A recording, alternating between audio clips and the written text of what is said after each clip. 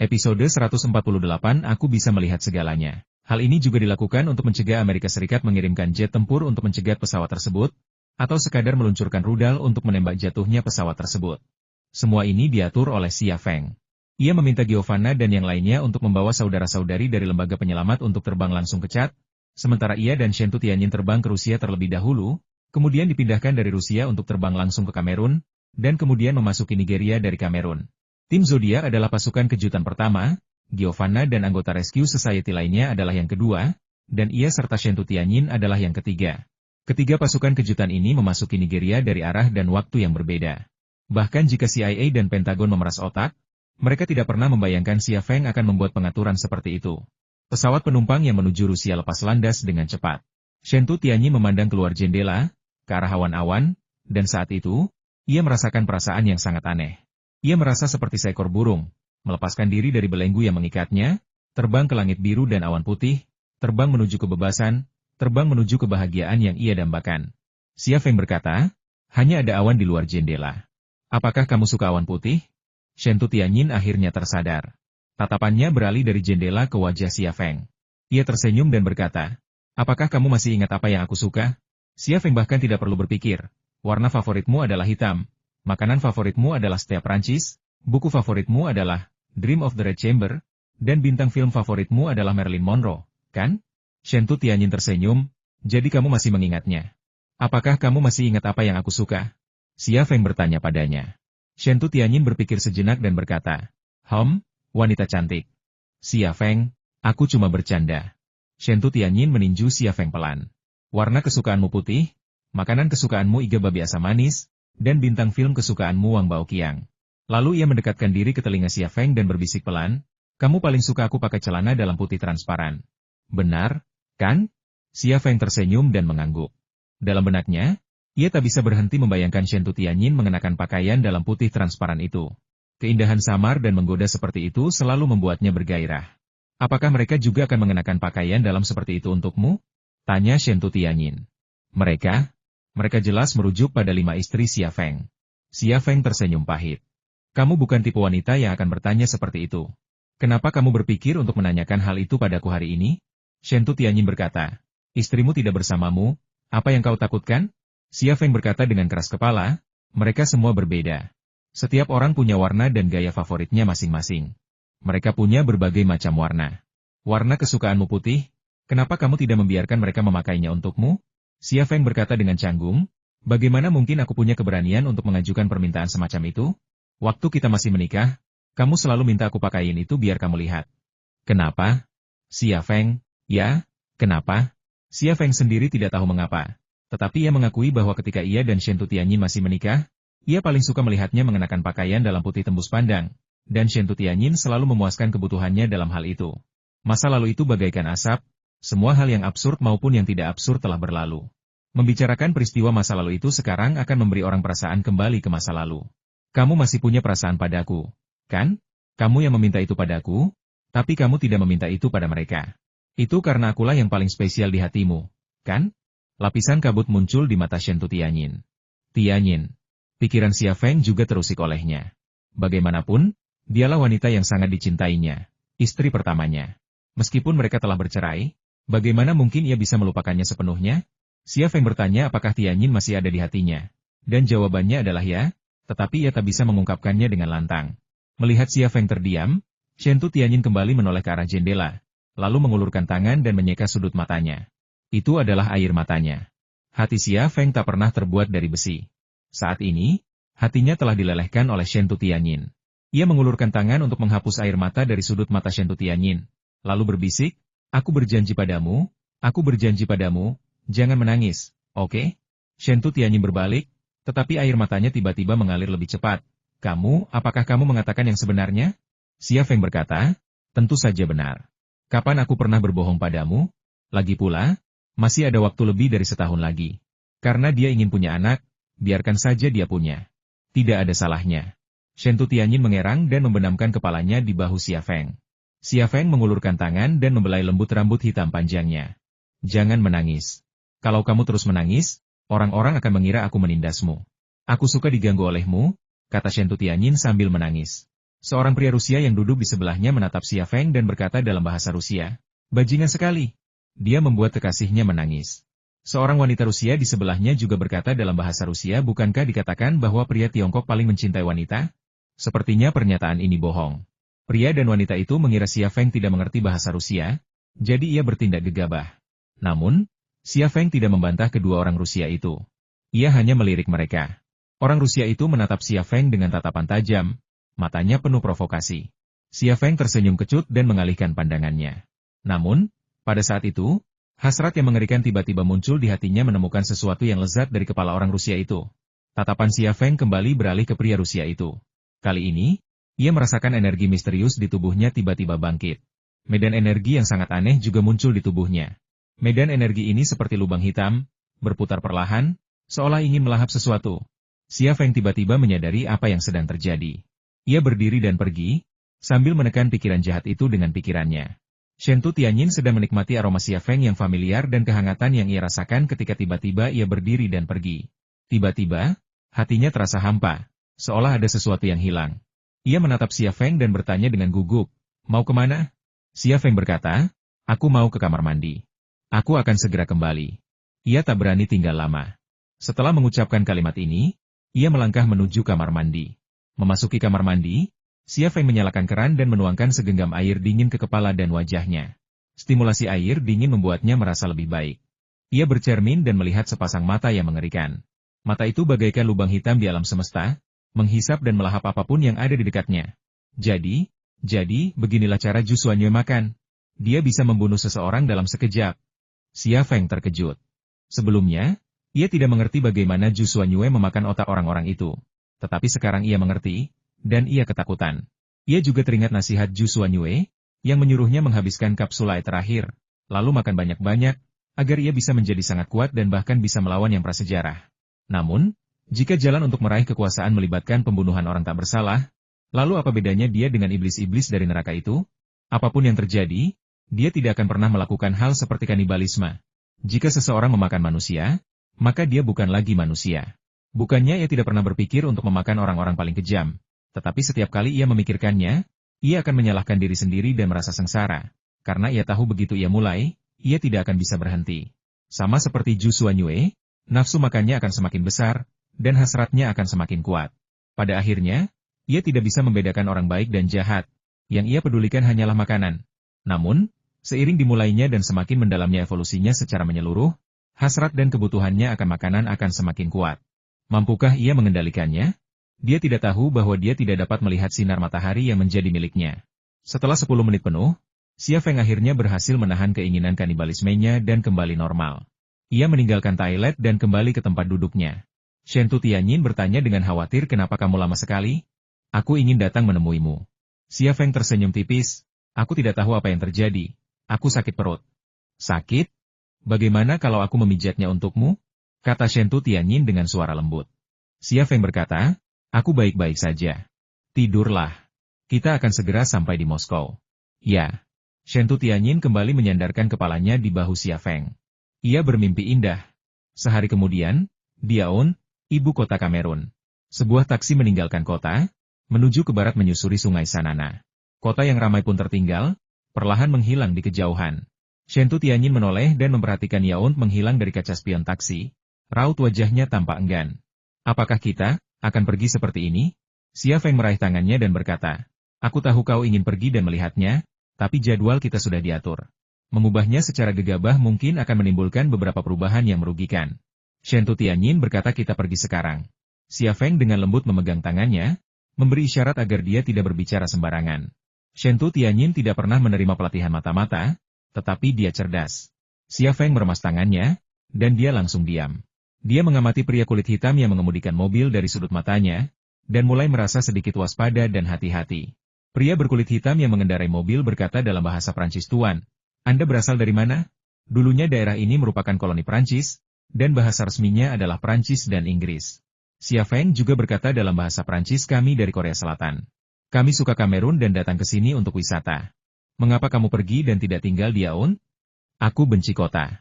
Aku suka pemandangan yang masih asli. Aku sudah merencanakan rute perjalananku sendiri sebelum datang ke sini." Dan aku akan benar-benar berpegang teguh pada rencana perjalananku. Saya merekomendasikan mengunjungi Gua PGMY dan Kebun Raya Nasional. Anda pasti akan menyukainya. Haha, terima kasih. Xia Feng mengobrol santai dengan pria berkulit hitam itu, sementara Shen Tianyin menyandarkan kepalanya di bahu Xia Feng, memperhatikannya mengobrol. Ia sudah tahu Xia Feng bisa berbicara beberapa bahasa jauh sebelum mereka mengonfirmasi hubungan mereka. Tetapi melihat kefasihan Xia Feng dalam bahasa Prancis membuatnya kagum dan sedikit bangga. Saat taksi terus melaju, bulan purnama muncul di langit, menerangi kegelapan yang baru saja menyelimuti. Di bawah sinar bulan, kami bisa melihat derasnya sungai Sanana dan sebuah desa di tepi sungai. Desa itu dinamakan River Side, tampaknya karena letaknya tepat di sebelah sungai Sanana. Desa kecil di tepi sungai adalah perhentian pertama Xia Feng di Afrika. Ia belum pernah ke tempat ini sebelumnya. Desa kecil itu bahkan tidak ada di peta. Namun, desa kecil ini adalah markas rahasia lembaga penyelamat di Kamerun. Ia datang sebagai pengamat dari markas lembaga penyelamat. Giovanna menjelaskan bahwa mereka akan mengirim seseorang untuk menyelidiki situasi dan memberikan bantuan keuangan kepada mereka yang membutuhkan. Oleh karena itu, bahkan anggota lembaga penyelamat di desa tepi sungai tidak mengetahui identitas asli Xia Feng dan mengira ia hanya seorang pengamat. Beberapa menit kemudian taksi berhenti di pintu masuk desa Hebian. Xia Feng membayar ongkos dan mengeluarkan sebuah koper besar dari bagasi. Koper itu bukan berisi pakaiannya, melainkan perlengkapannya senapan runduk XL2500, senapan serbu Swift, pistol Viper, beberapa amunisi, komputer hackingnya, dan perlengkapan rias. Begitu taksi pergi, beberapa orang keluar dari desa. Mereka semua berkulit hitam, ada yang muda, ada yang lebih tua, dan ada juga seorang gadis kulit hitam yang tampak sangat muda. Orang-orang kulit hitam ini semuanya mengenakan pakaian murah dan tak satupun dari mereka memiliki sepasang sepatu yang layak.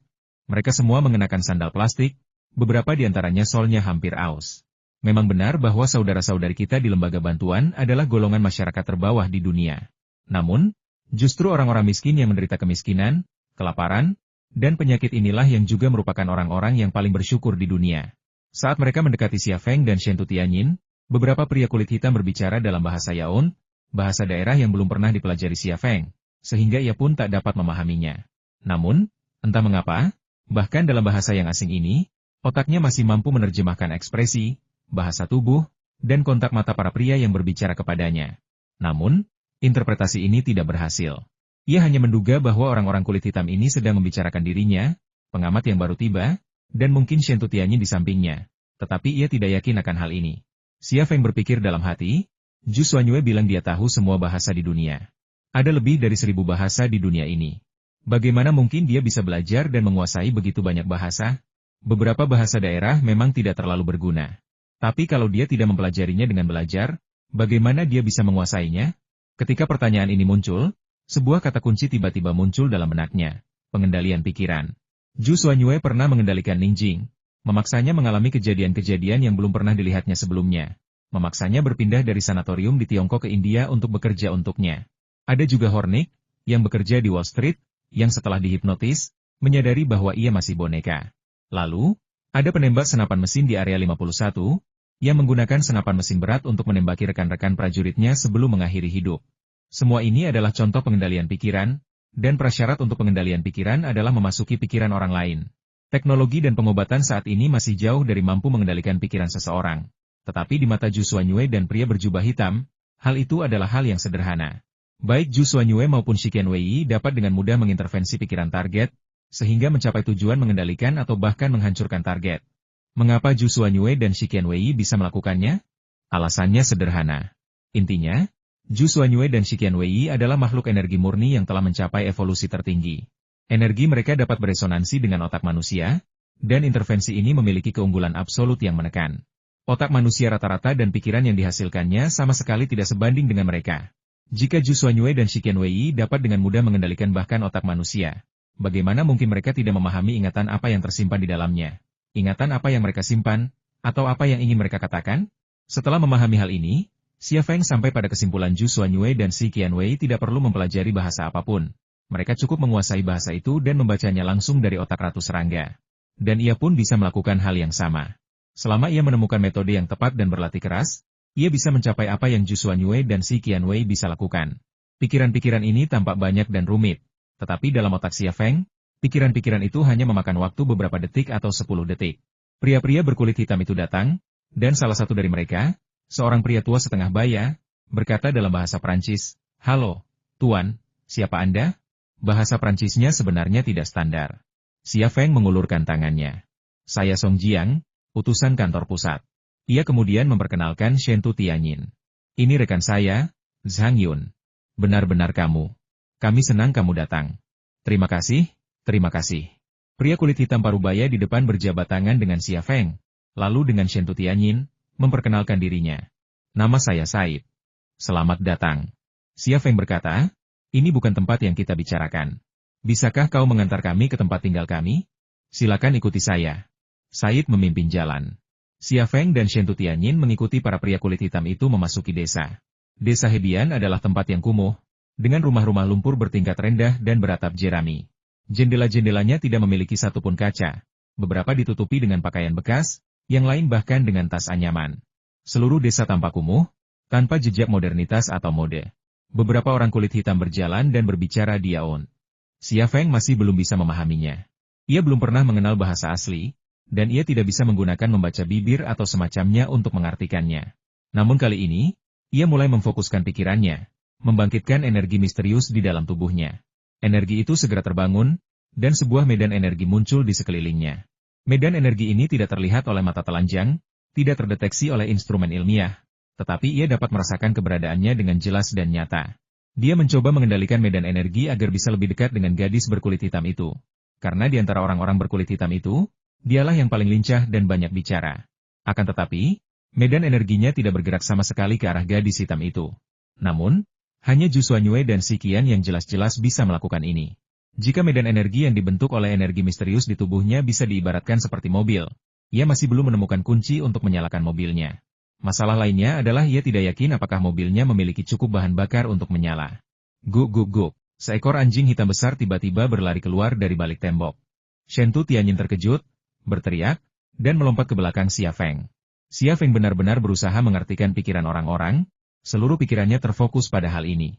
Ia tidak menyangka hal ini akan terjadi.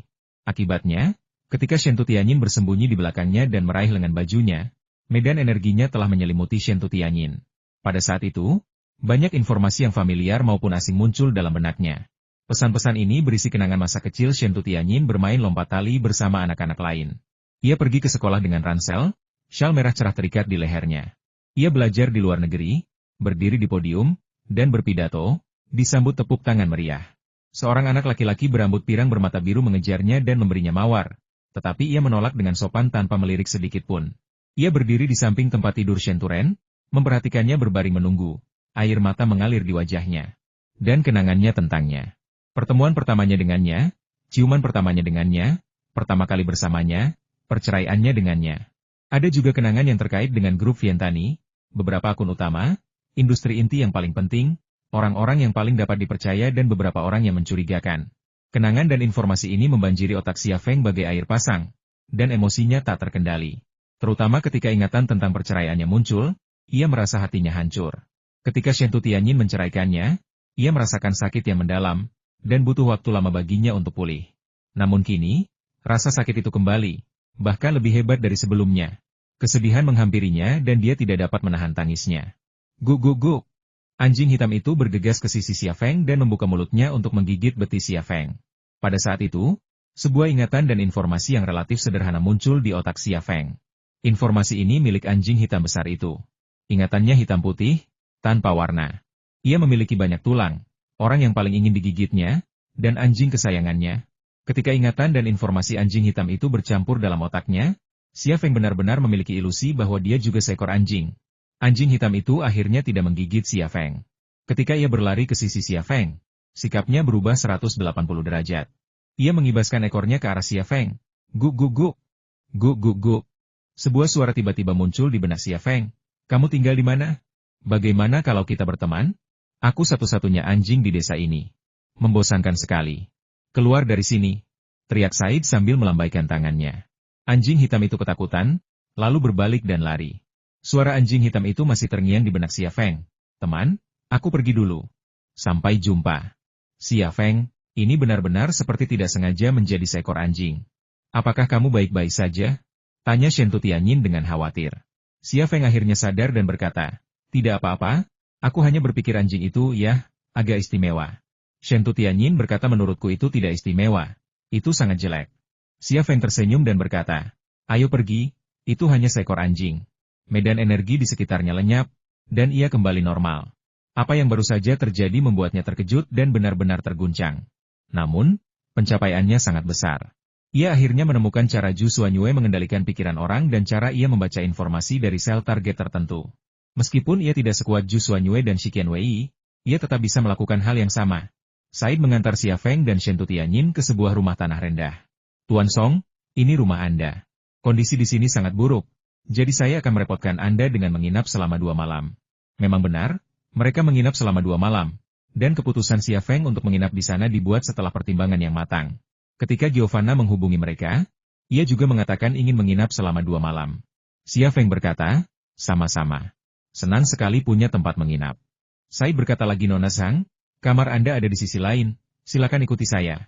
Shen Tianyin sama sekali tidak mengerti bahasa Prancis. Ia menatap Xia Feng dengan rasa ingin tahu. Sepertinya dia mengatakan sesuatu kepadaku. Benarkah? Xia Feng berkata, dia bilang kamarmu ada di sisi lain dan dia ingin mengajakmu ke sana untuk melihatnya. Shen Tianyin langsung mengerutkan kening, aku tidak ingin melihatnya, aku ingin tinggal bersamamu. Xia Feng tersenyum dan berkata, apakah kamu benar-benar ingin tidur denganku? Shen Tianyin memutar matanya ke arah Xia Feng. Kamu datang untuk menggertakku lagi. Berapa lama kamu akan menggertakku? Xia Feng berhenti bercanda dengannya dan berkata kepada Said, batalkan kamar yang satunya. Dia wanitaku dan dia tinggal bersamaku. Said tertegun sejenak, lalu tersenyum dan berkata, tidak masalah, kamu bisa tinggal di sini. Aku akan menyuruh seseorang menyiapkan makan malam dan upacara penyambutan. Gadis-gadis di desa akan menari untukmu. Semoga kamu suka. Xia Feng berkata, terima kasih. Ia sebenarnya tidak ingin menghadiri upacara penyambutan, juga tidak ingin menonton tarian gadis-gadis desa, tetapi ia baru saja tiba dan tidak ingin membuat suasana menjadi canggung. Ia sudah memikirkan alasan untuk meminta Said membatalkan tarian penyambutan. Sampai jumpa lagi, Tuan Song, Nona Zhang. Said pergi bersama anak buahnya. Xia Feng mendorong pintu hingga terbuka dan tercium bau apek. Ruangan yang dilihatnya gelap dan kotor. Hanya ada tempat tidur kayu sederhana dan meja sederhana, bahkan bangku pun tidak ada, apalagi toilet atau kamar mandi yang bersih. Tempat seperti itu langsung membuat Xia Feng dan Shen Tianyin mengerutkan kening. Mereka pikir itu kamar sederhana, tapi mereka tidak menyangka ternyata begitu murahan dan tidak higienis. Xia Feng hampir tak tahan, tetapi Shen Tianyin berbeda. Ia terlahir dengan sendok perak di mulutnya dan kini menjadi wanita terkaya di Tiongkok. Kapan ia pernah mengalami kesulitan seperti itu sejak kecil? Ia mungkin belum pernah melihat ruangan seburuk itu, apalagi tinggal di tempat seperti itu. Tianyin, kalau kamu tidak suka, kita bisa tinggal di tempat lain, kata Xia Feng. Di mana kita akan tinggal? Tanya Shen Tianyin. Xia Feng berpikir sejenak dan berkata, kita bisa pergi ke Yaounde dan mencari hotel untuk menginap. Shen Tianyin tampak tergoda sejenak, tetapi kemudian menggelengkan kepalanya. Tidak, kau sudah merencanakan semuanya. Perubahan apapun bisa berakibat buruk. Menginap di hotel di Yaounde memang menyenangkan, tetapi tempat-tempat itu ramai dan ada kamera pengawas. Kalau sampai ada yang tahu, akan gawat. Tidak masalah. Tempat ini sebenarnya lumayan. Ayo kita menginap di sini. Dia memang wanita yang sangat cerdas. Dia telah mempelajari beberapa pengetahuan kontraintelijen selama perjalanannya dan tahu bahwa tempat-tempat yang ramai dan diawasi tidaklah aman. Xia Feng sebenarnya tidak ingin menginap di hotel karena tidak aman dan bukan bagian dari rencananya. Ia hanya mempertimbangkan perasaan Shen Tianyin. Karena Shen tidak keberatan, ia tidak perlu menginap di hotel. Xia Feng menyeret koper besarnya ke dalam rumah. Ia seperti biasa mencari saklar lampu, tetapi segera menyadari bahwa tidak ada cahaya di ruangan itu, hanya sebuah lilin yang diletakkan di ambang jendela yang berdebu. Penglihatan Xia Feng tentu saja bagus, tetapi Shen Tianyin tidak dapat melihat dalam kegelapan seperti dia, jadi dia membutuhkan lilin. Xia Feng menyalakan lilin dengan korek apinya, dan cahaya lilin mengusir kegelapan di ruangan itu. Setelah menyalakan lilin, Xia Feng pergi membantu Shen Tianyin mengangkat koper. Shen Tianyin berkata, aku akan melakukannya sendiri. Bagaimana mungkin pria dewasa sepertimu melakukan hal seperti ini? Seharusnya wanita sepertiku yang melakukannya. Pergilah dan lakukan apa yang kau mau. Kamu belum pernah melakukan pekerjaan kasar sebelumnya, jadi biarkan aku yang melakukannya. Aku bukan wanita manja seperti yang kau bayangkan. Bicarakan urusanmu, dan aku akan membersihkan kamar. Kau akan tinggal di kamar yang bersih saat kau kembali, kata Shen Tianyin sambil tersenyum, lalu menyingsingkan lengan bajunya dan bersiap bekerja. Xia Feng tersenyum dan berkata, baiklah kalau begitu. Aku akan bicara dengan mereka dan akan segera kembali. Pergi, pergi. Jangan ganggu aku di sini. Kau akan menggangguku kalau tetap di sini. Shentu Tianyin mendorong Xia Feng keluar pintu dan menutupnya. Saat pintu tertutup, alisnya berkerut lagi. Akhirnya ia mendapatkan persetujuan Xia Feng. Yang ia dambakan adalah rumah yang bersih, nyaman, dan luas, tempat tidur yang harum, tempat ia akan menyambut anaknya. Jika rumah sebesar itu tidak memungkinkan, ia menginginkan padang rumput yang lembut dan datar, bermandikan sinar matahari dan dipenuhi bunga-bunga berwarna-warni, tempat ia akan menyambut anaknya. Namun, harapannya cerah, tetapi kenyataan pahit. Ia tak pernah membayangkan lingkungan seperti itu. Meskipun ia telah mengatakan kepada Xia Feng bahwa ia tidak peduli, bagaimana mungkin seorang ratu seperti dirinya tidak peduli dengan lingkungan seperti itu? Lagi pula, ia akan menyambut anaknya di sana. Lupakan saja. Aku tidak bisa menyusahkannya, dan aku tidak ingin menjadi beban baginya. Shentu Tianyin berpikir begitu, lalu ia melepaskannya. Ia membuka koper dan mengeluarkan satu set pakaian dalam putih transparan. Keluar dari kamarnya, Xia Feng segera menemukan Said dan melihat gereja milik lembaga penyelamat. Gereja itu bahkan tidak bisa disebut gereja, karena hanya berupa gubuk beratap jerami dengan rangka berongga. Di bawah atapnya terdapat beberapa baris bangku yang terbuat dari kayu bulat dan sebuah salib sederhana yang terbuat dari 2 potong kayu yang dipaku. Seorang perempuan berlutut di depan salib dan berdoa. Said, mengenakan jubah pendeta dan memegang Alkitab, memimpin upacara doa untuk perempuan itu dan memberkatinya. Xia Feng berdiri di luar gereja dan menunggu upacara doa para wanita berakhir dan pergi sebelum masuk. Tuan Song, saya pikir Anda perlu istirahat sebentar, kata Said sopan. Para wanita dan gadis masih menyiapkan makanan dan menari. Mungkin butuh setengah jam lagi. Xia Feng berkata, saya datang ke sini khusus untuk berbicara dengan Anda. Apa yang ingin kamu bicarakan denganku? Kondisi di sini sangat buruk. Tuan Song, ini bukan Tiongkok. Kami sudah sangat sulit untuk mendapatkan makanan yang cukup. Di negara lain, banyak orang masih kelaparan. Kami bersyukur kepada Tuhan dan berterima kasih kepada kantor pusat Tiongkok atas bantuan mereka. Percayalah, keadaan pasti akan membaik di masa depan. Xia Feng tersenyum dan berkata, saya di sini bukan untuk memeriksa pekerjaan sanitasi. Saya di sini untuk membantu Anda. Saya akan memberi Anda $1 juta agar Anda dapat memperbaiki lingkungan di sini dan membantu mereka yang membutuhkan. Ah, $1 juta? Said tampak tertegun. Xia Feng berkata, ya, $1 juta, tapi aku juga butuh bantuanmu. Tuan Song, apa yang Anda butuhkan dari kami? Xia Feng berkata, cari beberapa orang, sewa beberapa mobil, berpura-puralah menjadi sekelompok pengusaha yang pergi ke Nigeria untuk urusan bisnis, dan cari cara untuk membawaku ke Kano. Tuan Song, tempat itu kacau balau. Apa yang Anda lakukan di sana? Kata Song sambil menatap Xia Feng dengan tatapan aneh. Xia Feng membuat tanda salib. Semakin parah perang yang melanda suatu tempat, semakin banyak orang yang membutuhkan bantuan lembaga bantuan kita. Saya akan pergi ke sana untuk mengabarkan Injil dan membantu mereka yang membutuhkan. Pak Song, saya harus mengingatkan Anda bahwa orang-orang di sana beragama Islam. Kalau Anda ke sana untuk berdakwah, mereka mungkin mengira Anda seorang pagan dan membunuh Anda. Kalau bukan aku yang masuk neraka, siapa lagi? Aku percaya, apapun agamanya, agama seharusnya membantu mereka yang menderita, bukan menciptakan penderitaan. Jangan coba-coba membujukku. Aku sedang menjalankan kehendak Tuhan, dan aku tidak peduli dengan hidup dan matiku sendiri. Xia Feng tampak benar. Said menghela napas dan berkata, baiklah, aku akan membuat persiapan besok, tapi apa? Anda menginginkan beberapa mobil, tetapi kami tidak punya uang untuk menyewanya. Xia Feng mengeluarkan kartu ban yang sudah disiapkan dari saku celananya dan menyerahkannya kepada Said. Pergilah ke Yaon besok pagi-pagi sekali dan cari cabang ICBC di Tiongkok. Kamu bisa tarik $1 juta kapan saja. PIN kartunya 68. Seseorang baru saja memberinya 1 juta, dan kata sandinya ternyata kata sandi awal yang begitu sederhana. Said mulai meragukan hidupnya. Ingat, berhati-hatilah dan jangan biarkan siapapun yang tidak kau percayai tahu tentang ini. Lagi pula, orang-orang yang kau pilih harus bisa bertarung. Kau juga bilang ada perang di tempat itu, jadi orang-orang yang kau bawa setidaknya harus tahu cara menembak, kata Xia Feng. Tidak masalah, aku akan mengaturnya sekarang. Said sudah beranjak pergi, tapi baru 2 langkah ia berbalik dan berkata dengan canggung, ingatanku benar-benar buruk. Makan malam dan dansa penyambutan akan segera dimulai. Xia Feng menyela, ayo kita mulai. Batalkan pesta penyambutannya, ya? Kita ini hamba Tuhan dan seharusnya tidak menikmati kemewahan seperti itu. Soal makanan, pesan saja diantar ke kamar kita. Ini, Said tampak sedikit malu. Xia Feng membuat tanda salib. Tuhan, mohon ampuni kesalahan kami. Baiklah, kalau begitu aku akan memberitahu gadis-gadis itu sekarang dan memberitahu mereka untuk tidak menyiapkan apapun. Said pun pergi. Xia Feng tersenyum dan meninggalkan gereja dan kembali ke kamar tempat dia dan Shen Tutianyin menginap. Begitu pintu terbuka, Xia Feng tertegun. Di bawah cahaya lilin, Shen Tutianyin mengenakan gaun tidur putih yang tampak agak transparan, sehingga pakaian dalamnya yang putih terlihat sekilas. Lekuk tubuhnya yang indah terekspos dengan jelas, dan beberapa fitur menariknya juga terekspos samar-samar.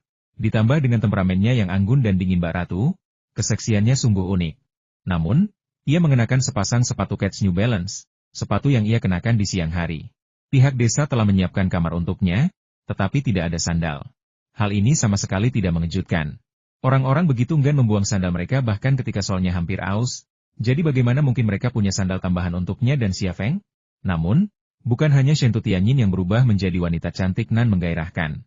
Tempat tidur di kamar itu juga telah disulap menjadi hamparan bunga.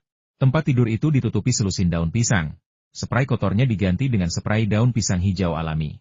Sekumpulan bunga, semuanya dalam beragam warna, entah apa namanya, terhampar di meja samping tempat tidur. Aroma bunga itu menghanyutkan bau apak di kamar, mengubahnya menjadi aroma yang menyenangkan. Bunga, keindahan, dan hamparan daun pisang, Xia Feng sudah sedikit bersemangat. Ia menghampiri dan bertanya sambil tersenyum. Dari mana kamu memetik daun pisang dan bunganya? Shen Tutianyin berkata, ada beberapa pohon pisang dan bunganya tak jauh di belakang rumah ini. Waktu aku pergi memetiknya, seorang perempuan membantuku. Jauh lebih baik. Xia Feng berbaring di tempat tidur. Daun pisangnya terasa sejuk. Shen Tutianyin juga datang ke samping tempat tidur dan berbaring di samping Xia Feng. Ia mencondongkan tubuh ke samping, menatap wajah Xia Feng, matanya penuh kelembutan dan kegembiraan. Namun, ia tahu bagaimana menahan diri dan tidak akan terlalu cepat membahas intinya. Ia ingin menikmati setiap menit dari proses ini. Xia Feng juga berguling, berbaring miring, mengamatinya dalam diam. Shen Tutianyin menatap matanya, wajahnya, sementara ia memandangi area dadanya yang putih, belahan dadanya, perutnya yang rata, dan kaki putihnya yang indah, yang tersingkap dari balik rapiamannya. Pria memang seperti ini, tidak sama dengan wanita. Kamu akhirnya kembali. Aku sudah terlalu lama menunggu hari ini, kata Shen Tutianyin penuh kasih sayang. Xia Feng menyeringai. Kalau aku tidak kembali, bukankah kau harus menunggu selamanya? Buat apa repot-repot? Dengan syaratmu, bahkan seorang pangeran Eropa pun akan tunduk padamu. Shen Tutianyin mengulurkan tangan dan membekap mulut Xia Feng. Aku tidak mau dengar itu. Kau tidak akan kembali. Aku mengenalmu, dan aku menganggapku istrimu. Selama kau masih memilikiku di hatimu, kau tidak akan tega melihatku menderita seperti ini. Jadi, meskipun kau tidak kembali sekarang, kau akan kembali di masa depan. Aku bersedia menunggu selamanya. Hati Xia Feng sedikit sakit. Masa depan apa yang dimilikinya? Justru karena ia tidak punya masa depan, ia memberinya seorang anak. Dari sudut pandangnya, jika ia tidak melakukannya sekarang, ia tidak akan pernah memiliki kesempatan untuk melakukannya di masa depan. Jika ia meninggalkan dunia ini, keinginan Shen Tutianyin untuk memiliki anak tidak akan pernah terpenuhi. Bagaimana mungkin ia tahan melihatnya tumbuh tua dan sendirian? Bagaimana pembicaraannya? Sudah beres, kata Xia Feng. Aku sudah memberi Said uang untuk menyewa mobil dan mengantar kita ke Kano, Nigeria. Setelah dia siap, kita akan berangkat lusa pagi. Shen Tutianyin tiba-tiba datang dan mencium kening Xia Feng dengan lembut. Xia Feng sedikit tertegun. Shen Tutianyin mendekat lagi dan mencium matanya dengan lembut. Xia Feng, bagaikan binatang buas yang mengamuk, bangkit berdiri, mendekap Shen Tutianyin, dan mencium bibirnya.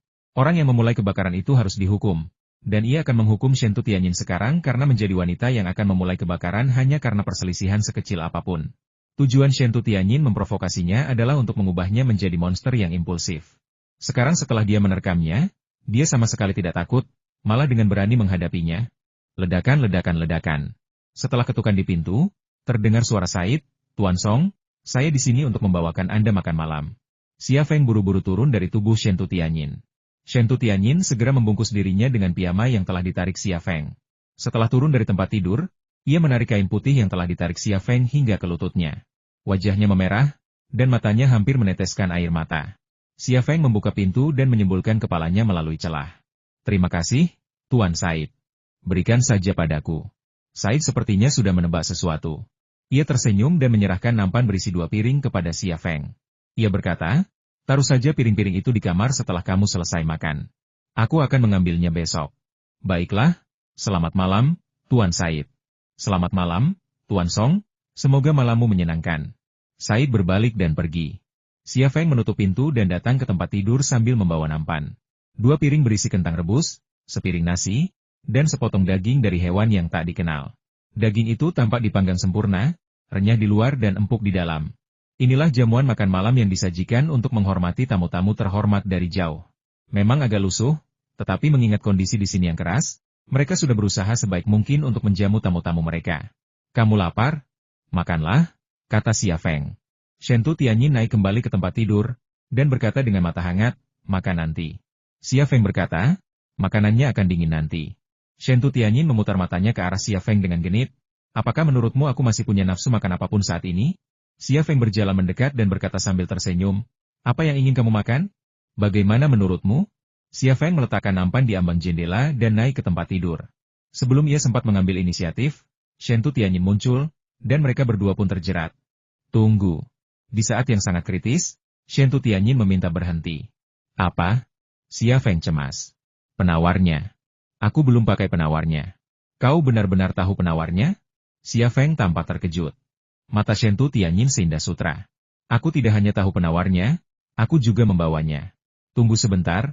Aku akan mengambilnya. Xia Feng didorong menjauh olehnya.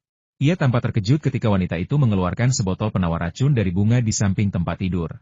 Ia tertegun sejenak sebelum berkata, bagaimana kau bisa mendapatkan ini? Shen Tu Tianyin berkata Yuyan memberitahuku hal ini.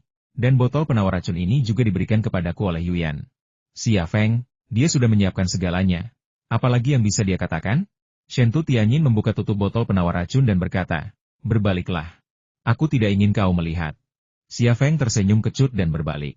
Ia mendengar beberapa suara yang membuatnya dipenuhi pikiran-pikiran buruk. Namun, beberapa detik kemudian, sebuah tangan lembut terulur dari balik bahunya, memegang botol penawar racun. Yah, kamu pasti sangat berpengalaman. Tolong bantu aku. Aku tidak tahu cara menggunakan ini, kata Shen Tu Tianyin. Suaranya lebih lembut daripada bisikan nyamuk. Xia Feng berbalik dan menatapnya dengan wajah seputih salju. Matanya tampak menyimpan dua api. Shen Tu Tianyin berbaring dan memejamkan mata. Ia malu sekaligus bersemangat. Meskipun ia dan Xia Feng pernah menikah sebelumnya, ia bertingkah seperti gadis muda yang baru pertama kali berhubungan seks. Ketika Xia Feng menyentuhnya, ia tak kuasa menahan gemetar, sangat gugup. Momen paling menegangkan akhirnya tiba, mulut kecilnya terbuka, tak mampu menutup. Cahaya bulan di luar jendela begitu memikat, dan angin malam menggoyangkan pucuk-pucuk pohon, membuatnya bergoyang ke kiri dan ke kanan. Gairah itu mereda bagai air pasang, dan keduanya terdiam. Xia Feng membawa dua piring makanan ke tempat tidur dan memberikan satu kepada Shen Tu Tianyin. Shen Tu Tianyin mengambil kentang itu dan melahap lebih dari setengahnya dalam sekali suap. Ia baru saja menghabiskan banyak energi dan sangat lapar, jadi ia perlu mengisi kembali energinya. Xia Feng juga menggigit kentang itu, tetapi rasanya hambar dan ia kehilangan selera makan. Ia berhenti sejenak, menelan kentang itu, lalu menggigitnya lagi. Rasanya sama saja ia tidak bisa merasakan makanannya, dan ia sama sekali tidak nafsu makan. Setelah menelan setengah kentang, ia bahkan merasa mual dan ingin muntah. Ia tiba-tiba teringat saat Zhu Xuanyue sedang memulihkan diri di kediaman Ping An. Zhu Xuanyue hampir tidak pernah makan makanan biasa. Setelah meminum kapsul air terakhir, ia tidak menunjukkan rasa jijik sedikit pun terhadap makanan biasa. Namun, seiring perkembangannya yang semakin mendalam, ia mulai tidak menyukai makanan biasa. Setelah mengonsumsi kapsul air terakhir, ia memulai evolusi penuhnya. Kemampuannya semakin kuat, tubuhnya berubah dengan cepat, dan serangkaian efek samping mulai muncul. Meninggalkan tubuh adalah tahap akhir evolusi manusia. Jika tubuh saja tidak lagi dibutuhkan, apa gunanya makanan? Dia ingin memakan orang. Keringat dingin mengucur di punggungnya. Ia pikir ia bisa mengatasi keinginannya untuk memakan manusia dengan tekadnya, tetapi masalahnya sekarang adalah jika ia tidak belajar makan seperti Zhu Xuanyue, ia akan mati. Masih bisakah ia mengendalikan keinginannya itu? Kenapa kamu tidak makan? Apa rasanya tidak enak? Kata Shen Tu Tianyin sambil tersenyum kurasa tidak buruk. Aku benar-benar lapar. Xia Feng tersadar kembali. Ia ingin menggigit kentang itu, tetapi pikiran itu membuatnya mual. Ia berkata, aku tidak lapar. Kamu saja yang makan. Aku tidak mau makan lagi. Berikan aku kentang itu. Shen Tu Tianyin mengambil kentang yang digigit dari tangan Xia Feng. Xia Feng bertanya dengan rasa ingin tahu, kapan kamu mulai menyukai kentang? Shen Tu Tianyin berkata saya perlu mengisi kembali energi saya dan mencoba lagi. Xia Feng, Shen Tu Tianyin tersenyum. Kudengar kalau berolahraga 2 kali pada waktu tertentu, ada kemungkinan besar punya anak kembar. Aku mau coba. Bagaimana kalau aku beruntung dan berhasil? Anak laki-laki dan perempuan membahayakannya saja membuatku bahagia. Xia Feng juga tertawa, tetapi di dalam hatinya ia merasakan kepahitan. Kalau begini terus, kapan ia akan beralih ke kanibalisme? Akankah ia mendapat kesempatan untuk melihat Shen Tutianyin melahirkan? Ngomong-ngomong, kalau kamu hamil anak kembar, nama apa yang akan kamu berikan untuk mereka sebagai ayah? Shen Tutianyin mengunyah kentang dan berbicara bersamaan, suaranya agak tidak jelas. Xia Feng berkata, bukankah aku sudah memilih nama? Pada malam pernikahan kita, kau bertanya padaku nama apa yang akan kuberikan untuk anak laki-laki dan perempuan jika kita hamil anak kembar. Aku memilih Xia yang untuk anak laki-laki dan Xia Yu untuk anak perempuan. Mata Shen Tutianyin samar-samar bersinar dengan air mata. Kamu masih ingat. Xia Feng berkata, aku ingat segalanya tentangmu. Shen Tutianyin merengek, membuang kentang-kentang itu dan melemparkan dirinya sembarangan ke Xia Feng. Kau pasti ingat aku pernah bilang ke dokter yang kukonsultasikan, kalau aku berolahraga 2 kali dalam 1/4 jam, aku bisa punya 2 anak, kan? Xia Feng tersenyum. Tentu saja aku ingat, kalau tidak, apa yang akan kita lakukan sekarang? Shen Tutianyin membenamkan kepalanya di dada Xia Feng, bukan karena dia malu, tetapi karena dia tidak tahan. Angin mulai bertiup lagi di luar, lebih kencang dari sebelumnya. Ranting-ranting pohon bergoyang tertiup angin, menimbulkan suara-suara aneh. Wanita di sampingnya masih tertidur lelap, kelelahan. Napasnya teratur, dan senyum puas tersungging di bibirnya. Mungkinkah ia sedang menggoda Xia Yang dan Xia Yu dalam mimpinya? Mungkin keinginannya akan terkabul, dan ia akan mengandung 2 anak setelah malam ini. Xia Feng turun dari tempat tidur dan melirik arlojinya. Masih ada waktu sebelum fajar, tetapi ia sama sekali tidak merasa mengantuk. Bahkan, sejak ia minum kapsul air terakhir, waktu tidurnya semakin berkurang. Kurangnya tidur juga tampaknya merupakan efek samping dari tubuh yang memasuki evolusi komprehensif. Jadi, ketika evolusi mencapai tingkat tertentu, tidur tidak lagi diperlukan. Dia tidak dapat menilai hal ini karena Zhu Xuanyue terkadang sangat mengantuk. Tetapi Zhu Xuanyue telah membangun kembali tubuhnya, yang sama sekali berbeda dari satu-satunya situasi pria berjubah hitam di zaman prasejarah. Namun, Xia Feng terlalu malas untuk memikirkan masalah ini. Dibandingkan dengan tidak mau makan makanan normal, tidak mau tidur bukanlah apa-apa. Xia Feng bangun dari tempat tidur, mengenakan pakaian dalamnya, lalu membuka kopernya dan mengeluarkan komputer pertasnya. Sebelum menyalakan komputernya untuk bekerja, Xia Feng biasanya memeriksa situasi pasar saham.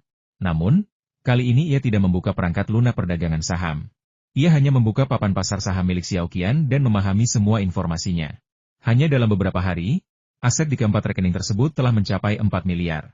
Bahkan jika ia sendiri yang mengelolanya, upaya terbaiknya tidak akan lebih dari ini. Ia melihat catatan pasar saham Xiao Qian, yang menunjukkan banyak sekali saham yang dibeli dan dijual. Pendekatannya dalam mengelola modal bukanlah investasi jangka panjang, melainkan swing trading, membeli saat harga rendah dan menjual saat harga tinggi. Ia mencatat setiap saham yang menguntungkan. Namun, saat Xia Feng sedang memeriksa catatan perdagangan Xiao Qian di pasar saham, sebuah kotak dialog muncul di antarmuka dengan pesan dalam huruf Mandarin berwarna merah peringatan bahaya. Akun perdagangan terlalu sedikit. Perdagangan yang terlalu sering akan menarik perhatian SEC. Anda perlu membuat lebih banyak akun dan membuat akun transfer. Kemudian pilihan ya atau tidak muncul pada antarmuka operasi. Xia Feng tersenyum dan memilih ya tanpa ragu-ragu. Kotak dialog lain muncul di antarmuka, dengan karakter Cina merah baru akun perdagangan dan rekening bank sedang dibuat. Dengan Xiao Qian versi pasar saham yang memiliki kecerdasan buatan, Xia Feng tidak perlu lagi membuat akun perdagangan saham atau rekening bank. Ia dapat menangani semuanya untuknya. Dimanapun negaranya, terdapat banyak akun zombie akun tanpa transaksi apapun. Ia hanya perlu meretas akun-akun tersebut, mengubah kata sandinya, dan kemudian dapat mengaksesnya. Ia dapat memiliki akun-akun tersebut sebanyak yang diinginkannya, menggantinya secara berkala, sehingga hampir mustahil untuk dilacak. Tidak masalah akun siapa yang dibuat Xiao Qian, yang penting uang yang diperolehnya dari pasar saham as itu nyata. Xiao Qian, versi pasar saham, membuat akun perdagangan saham dan rekening bank dengan sangat cepat. Hanya 5 menit kemudian, sebuah kotak dialog baru muncul, yang menyatakan 100 akun perdagangan saham dan 100 rekening bank telah dibuat. Lain kali, apakah Xiao Qian diizinkan untuk membuat akun secara otomatis berdasarkan jumlah dana yang tersedia? Di antara pilihan ya dan tidak, Xia Feng memilih ya. Kotak dialog baru muncul lagi pada antarmuka operasi. Dan isinya adalah harap berikan nomor rekening bank yang sebenarnya. Xiao Qian akan mentransfer dana ke rekening pemilik sesuai dengan situasinya. Xia Feng memilih ya. Kemudian, di kotak input pop-up, ia memasukkan detail rekening bank rahasia Swiss. Rekening inilah yang akan digunakannya untuk menerima keuntungan Xiao Qian dari pasar saham AS. Ia tidak khawatir pemerintah AS akan melacak rekening ini, karena versi selir di pasar saham akan terus-menerus mentransfer uang antar berbagai rekening. Versi pasar saham Xiao Qian setara dengan pencuri yang bersembunyi di pasar saham Amerika, dan pencuri ini sendiri tidak ada dan tidak dapat dilacak sama sekali. Lempar bola salju, Lalu gunakan bola salju itu untuk menghantam pasar saham AS dengan keras. Ini adalah rencana awal Xia Feng. Tetapi karena ia tidak punya waktu untuk melakukannya sendiri, ia mengurungkan niatnya. Tujuannya hanyalah untuk mendapatkan uang saku dari pasar saham AS. Namun kini dengan Xiao Qian versi pasar saham, ia kembali melihat harapan untuk keberhasilan rencana ini. Setelah menyelesaikan pekerjaannya, Xia Feng mengundurkan diri dari Xiao Qian versi pasar saham. Ia diam-diam berpikir, jika aku benar-benar harus meninggalkan dunia ini, sebelum itu, aku harus menggunakan bola salju yang digulirkan Xiao Qian untuk menghantam pasar saham AS dengan keras. Modal Amerika selalu menjadi satu-satunya predator di pasar saham negara lain, dan tak seorang pun berani mengeksploitasinya. Namun Xia Feng akan menjadi yang pertama. Bukannya yang lain tidak berani, melainkan karena mereka kurang kemampuan dan dana. Xia Feng punya keahlian, dan Xiao Qian bisa membantunya dalam hal pendanaan, jadi sisanya tinggal menunggu waktu. Saat ini, meskipun Xia Feng melihat mantan istrinya tidur telanjang di gubuk jerami mereka di Afrika, ia tetap meraup untung setiap detiknya. Xia Feng mulai memprogram Xiao Qian versi AI Super di komputer pertasnya. Ia telah berhasil menciptakan Xiao Qian versi mata-mata, serta versi siber. Dengan mengintegrasikan keduanya dan menggabungkan konten yang lebih cerdas dan canggih, hanya masalah waktu sebelum ia dapat menciptakan entitas virtual yang menyaingi atau bahkan melampaui sistem Tiantian Amerika.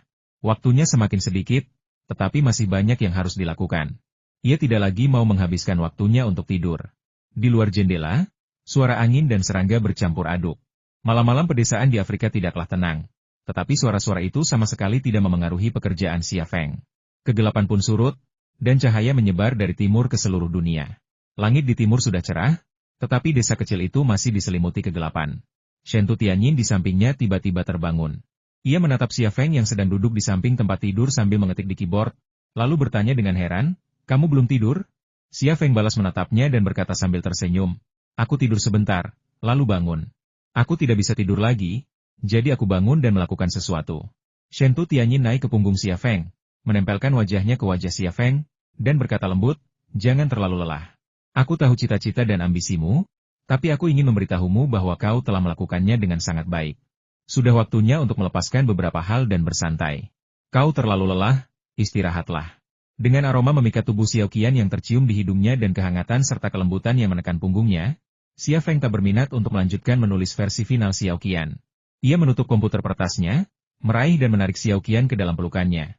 Lalu berkata sambil tersenyum, "Apakah kau sedang memikirkan sesuatu yang buruk lagi?" Shen Tu Tianyin mengangkat sudut mulutnya, matanya penuh hasrat, "Kau sudah lama tidak menyentuhku. Kau begitu galak tadi malam, sampai-sampai aku takut padamu. Apalagi yang berani kau pikirkan?" Dia bilang dia tidak mau, tapi nada suaranya yang lembut, tatapan matanya yang menggoda, dan cara dia berada dalam pelukannya, semuanya mengisyaratkan bahwa dia mau. Xia Feng mencondongkan tubuh dan mencium bibir cerinya. "Tunggu sebentar." Shen Tu Tianyin mendorong Xia Feng menjauh, melompat dari tempat tidur, lalu turun dari tempat tidur untuk mencari pakaian dan sepatu untuk dipakai. Xia Feng bertanya dengan rasa ingin tahu, "Kamu mau pergi kemana?" Wajah Shen Tu Tianyin memerah tanpa sebab. "Ah, aku harus ke kamar mandi." Xia Feng berbaring lemah. Shen Tu Tianyin datang dan menariknya, "Ikut aku. Di sini tidak ada toilet. Kau tinggallah bersamaku dan bantu aku menjaga orang-orang.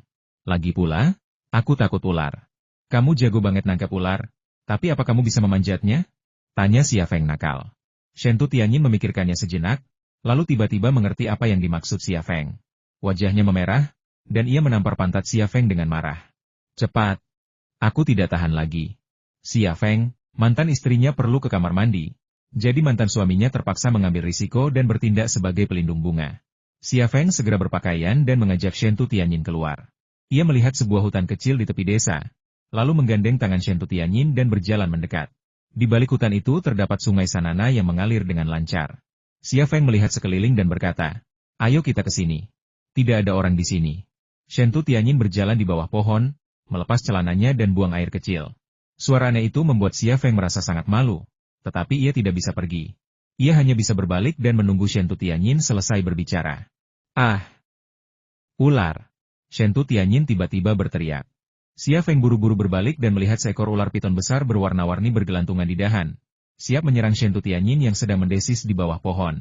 Shen Tu Tianyin ketakutan, berjongkok di sana, tak berani bergerak, wajahnya pucat pasi. Xia Feng bergegas maju dan mencengkeram pinggang ular piton itu. Tanpa menyadari ada yang berani menyerangnya secara langsung, ular piton itu jatuh dari dahan dan mendarat di Xia Feng.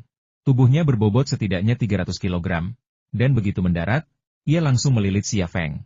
Ular piton seberat 300 pon memiliki kekuatan yang cukup untuk mencekik seekor sapi hingga mati. Meskipun kekuatan Xia Feng telah mencapai tingkat yang mengerikan, kekuatannya masih lebih lemah daripada ular piton seberat 300 jin. Khawatir ular piton itu akan melukai Shen Tianyin. Ia pun melemparkan dirinya bersama ular itu ke rumput di samping. Dalam sekejap, tubuh ular piton itu telah melilitnya dengan erat. Suamiku. Shen Tianyin begitu ketakutan hingga ia mulai menangis. Ia bahkan tak sempat menarik celananya. Ia mengambil batu dari tanah dan bergegas menuju Xia Feng dan ular piton itu. Namun karena dia terlalu cemas dan tidak menaikkan celananya, dia terjatuh ke tanah setelah hanya melangkah satu langkah, mengunyah rumput dengan rambut putih saljunya menghadap ke langit. Jangan kemari, teriak Xia Feng padanya. Ular piton raksasa itu membuka mulutnya dan menggigit kepala Xia Feng. Pada saat itu, energi misterius di dalam tubuh Xia Feng tiba-tiba terbangun, dan medan energi yang terdiri dari energi misterius pun muncul. Seketika, pikiran ular piton itu muncul di benaknya, bunuh dia, makan dia. Pemikiran ular piton sederhana, tetapi penuh dengan pembunuhan. Xia Feng menghindari mulut ular piton yang berdarah itu, tetapi tubuh ular piton itu terus melilitnya dengan erat. Kekuatan dan tubuhnya yang besar mencekiknya, bahkan tulang-tulangnya seakan-akan patah kapan saja. Dengan nyawanya yang terancam, hasrat untuk bertahan hidup dan bertarung seketika mengalahkan moralitas dan akal sehat. Xia Feng hampir tidak memikirkannya, dan medan energi di tubuhnya menghasilkan pusaran hisap yang langsung menghancurkan pikiran ular piton itu, menelan gelombang bioelektrik dan bahkan energi jiwa di otaknya. Sedetik kemudian, mulut ular piton yang berdarah itu tertutup, kepalanya terkulai lemas, dan tubuhnya lemas, kehilangan semua kekuatannya. Ular piton itu mati bukan karena dibunuh, melainkan karena dimakan. Setelah menghentikan kebiasaannya, Xia Feng tidak merasakan kegembiraan atau kegembiraan apapun, tetapi hanya jijik dan takut. Meski yang dimakannya bukan manusia, tapi toh dia tetap memakannya. Setelah pertama kali, apakah kedua kalinya masih jauh? Tepat ketika Xia Feng merasa menyesal dan kesakitan, situasi yang belum pernah terjadi sebelumnya tiba-tiba terjadi di otak dan tubuhnya. Setelah memakan otak ular piton seberat 300 jin, energi Xia Feng, baik spiritual maupun non-jiwa, menjadi makanannya. Saat ia makan, energi misterius itu mulai mencerna makanan tersebut. Prosesnya sungguh luar biasa. Energi misterius yang tersembunyi di dalam tubuhnya bertindak seperti pengurai kimia, memecah energi yang ditelan ular piton, mempertahankan yang bermanfaat dan membuang yang tidak berguna. Selama proses ini, sel-sel otaknya menjadi sangat aktif, dan ia merasa memiliki potensi yang tak terbatas. Potensi yang aktif dan tak terbatas merupakan tanda otak yang lebih kuat. Mengapa otak menjadi lebih kuat? Karena otak telah memperoleh energi baru yang belum pernah ada sebelumnya. Energi yang disediakan oleh evolusi. Shen Tianyin bangkit dari rerumputan, mengangkat celananya dengan panik, meraih batu dengan satu tangan, dan bergegas menghampiri Xia Feng dan ular piton itu lagi. Suamiku, teriak Shen Tianyin, lalu melemparkan batu di tangannya ke kepala ular piton itu tanpa ragu. Kerak! Terdengar suara retakan keras. Kepala ular piton itu tiba-tiba menjadi rata dan tengkoraknya hancur, tetapi tidak ada otak yang keluar. Shen Tianyin tercengang. Ia menatap ular piton di tanah dengan tak percaya, lalu menatap batu di tangannya. Bagaimana mungkin wanita lemah seperti dirinya bisa membunuh ular piton sebesar itu hanya dengan satu batu? Ia sendiri tak percaya. Namun, ular piton raksasa itu tetap mati. Tiba-tiba, Shen Tianyin melemparkan batu dan menerkam Xia Feng. Ia meraih lengan Xia Feng dan mencoba menariknya keluar dari bawah ular piton raksasa itu. Namun, tenaganya terlalu lemah untuk menggerakkan Xia Feng. Apalagi Xia Feng juga terbebani oleh ular piton seberat 300 pon. Shen Tianyin jatuh ke tanah, tetapi ia meronta. Menendang tanah dengan kakinya, mencoba menarik Xia Feng keluar dari bawah tubuh ular piton. Tubuh Xia Feng tidak keluar dari bawah tubuh ular piton, tetapi celananya melorot lagi. Paha putih saljunya, masa putihnya yang besar, terekspos ke udara tanpa jejak, dan Xia Feng akhirnya menahan keinginan makan yang tak tertahankan di tubuhnya. Suamiku, kamu, Shen Tianyin menangis dan tidak bisa berkata-kata. Ini bukan pertama kalinya ia memanggil Xia Feng suami hari itu. Dalam hatinya, di alam bawah sadarnya, suaminya selalu Xia Feng, dan hanya bisa Xia Feng. Aku baik-baik saja. Xia Feng menghela napas panjang. Lepaskan tanganku. Aku bisa sendiri. Shen Tianyin tertegun sejenak, namun tetap patuh melepaskan tangan Xia Feng. Xia Feng menopang tubuh ular piton itu dengan kedua tangan dan mendorongnya dengan kuat. Ular piton seberat 300 pon itu langsung berguling dari tubuhnya. Shen Tianyin menerjangnya dan menangis terseduh-seduh. Aku takut setengah mati. Wu. Aku takut setengah mati, Wu. Xia Feng memeluknya dengan lembut. Aku baik-baik saja. Jangan khawatir, jangan menangis, semuanya baik-baik saja. Aku tidak ingin tinggal di sini lagi. Ayo, ayo pulang Hiks Hiks. Shentu Tianyin ambruk, tak kuasa menahan tangis. Bukan serangan ular piton itu yang membuatnya kehilangan kendali, melainkan Xia Feng. Ia mengira Xia Feng telah dicekik sampai mati oleh ular piton itu. Xia Feng telah menjadi bagian tak terpisahkan dari hidupnya. Bagaimana mungkin ia kehilangannya? Sama saja dengan membunuhnya. Xia Feng tersenyum, ekspresinya riang. Bukankah kau ingin ikut aku ke Afrika? Apa kau takut sekarang? Bagaimana kalau aku mengantarmu pulang? Shentu Tianyin memeluk Xia Feng erat-erat, lalu menggigit bahunya dan berkata sambil terisak. Aku sangat patah hati, dan kau masih datang untuk membatalkan dan menindasku, Hiks. Ketika Ratu menangis, ia tampak seperti orang yang berbeda, turun dari altar dan menjadi wanita yang lemah dan rapuh. Xia Feng juga memeluknya erat, jangan khawatir, jangan takut, aku di sisimu, tidak ada yang bisa menyakitimu. Shentu Tianyin mendesah, mengangkat kepalanya yang penuh air mata, dan tiba-tiba mencium bibir Xia Feng. Xia Feng tak menyangka reaksinya akan begitu intens, dan ia tertegun sejenak. Kemudian, lidah Shentu Tianyin membuka paksa giginya, dan sesuatu yang lembut dan harum melilit lidahnya di dalam mulut. Ia langsung muncul hasrat, dan ia pun merespons. Berikan padaku. Di sini. Di sini. Xia Feng tiba-tiba berbalik dan menekan Shentu Tianyin ke bawah. Bagaimana semuanya berakhir seperti ini? Tak seorang pun tahu. Semuanya terjadi begitu saja. Sebuah perkembangan alami. Tak semua hal butuh alasan. Terkadang, membiarkan diri sendiri dan melakukan apapun yang Anda inginkan sebenarnya merupakan sikap yang baik terhadap hidup. Mungkin karena mereka duduk di luar, atau mungkin karena mantan istrinya terlalu menawan, Xia Feng tidak bertahan lama kali ini. Shentu Tianyin meringkuk dalam pelukannya seperti kelinci putih yang jinak, menikmati pengalaman badai itu. Bangkai ular piton itu tergeletak diam di rerumputan di antara pepohonan. Darah akhirnya mengalir dari kepalanya yang tertimpa batu Shentu Tianyin. Tetapi tidak ada isi otak yang keluar. Xia Feng tak kuasa menahan diri untuk mengintip melalui kepala ular piton itu dan melihat otak yang telah layu dan membusuk. Ular piton ini tampak seperti orang yang sama dengan yang diburu Jusuan Yue, dan hal ini membuatnya mual dan takut. Tianyin, ayo kita pergi dari sini, kata Xia Feng. Ia tidak ingin tinggal di hutan ini lagi. Namun, Shentu Tianyin tetap berada di pelukan Xia Feng, memeluknya erat-erat, dan enggan bangun. Peluk aku sebentar lagi, ya? Sudah lama aku tidak merasakan tidur di pelukanmu. Xia Feng berbisik di telinganya, hari sudah fajar. Kalau kita tidak pergi sekarang, akan sangat memalukan kalau ada yang masuk dan melihat kita telanjang. Aku tidak keberatan, tapi kalau ada yang melihatmu, aku akan mendapat masalah besar. Ucapan ini berpengaruh, dan Shentu Tianyin dengan enggan turun dari pelukan Xia Feng dan mengenakan pakaiannya.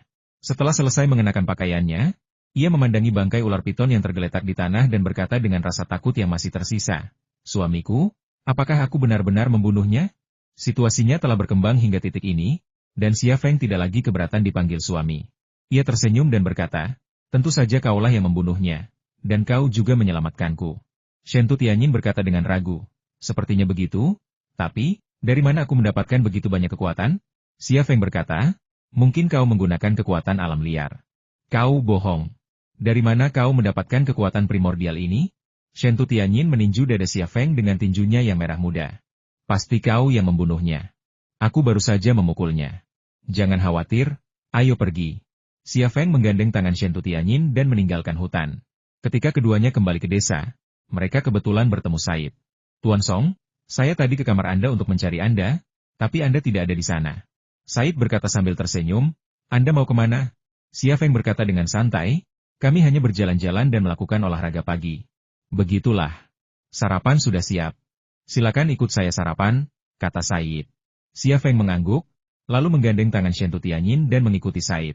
Untungnya, Shentu Tianyin tidak mengerti bahasa Prancis. Kalau tidak, ia pasti akan tersipu saat mendengar olahraga pagi. Setelah sarapan, Shentu Tianyin dikelilingi oleh beberapa perempuan desa, berkomunikasi dalam bahasa isyarat.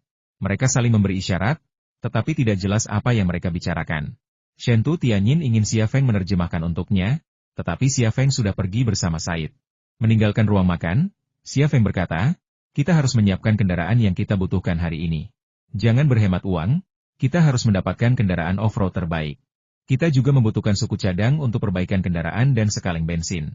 Said berkata, tidak masalah, Tuan Song, jangan khawatir.